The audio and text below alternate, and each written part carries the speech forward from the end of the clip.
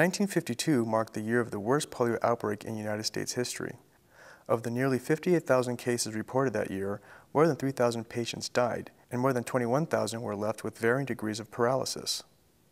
Once known as infantile paralysis for its propensity to strike children, poliomyelitis is a viral infectious disease that can enter the central nervous system and destroy motor neurons, leading to muscle weakness and paralysis. Although polio never rivals such killers as smallpox or influenza, the fear of it was especially vivid, in part because there was nothing parents could do to protect their children. You're very much aware that the community sees this as the scourge of the community, and you have it. Nobody knows when you come out if you could give it to them, so you have to come out of that hiding your disability if you have any. And to make that possible, you have to deny that you ever had it to yourself. The widespread panic came to an end after Dr. Jonas Salk developed the first safe and effective polio vaccine in 1955. The World Health Organization estimates that there are 10 to 20 million polio survivors worldwide, and up to 60% of them face the threat of post-polio syndrome, or PPS, a condition that affects polio survivors decades after they were first struck by the disease. PPS is characterized by new weakening in muscles and extreme fatigue. Despite their large numbers, the PPS community is virtually unknown. The syndrome is frequently misdiagnosed or mistaken for other neurodegenerative conditions.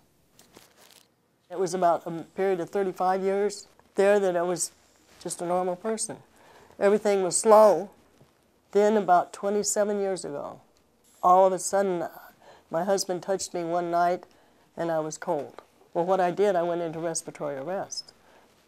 And they didn't know anything at that time about post-polio syndrome. Perhaps you know a loved one who survived polio and now has or even suspects he or she may have post-polio syndrome. What can we learn from their experience? Post-polio is, if you manage it right, it could be no problem at all.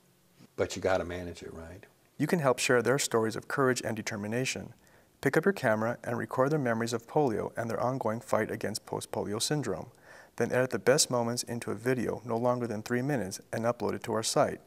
We will post the most compelling stories on poliotoday.org. We have progressed and we worked so hard to get where we are. We don't want to go back. They didn't expect us to live to be in our 60s. And we fooled them. We're still around. And we still plan on being around.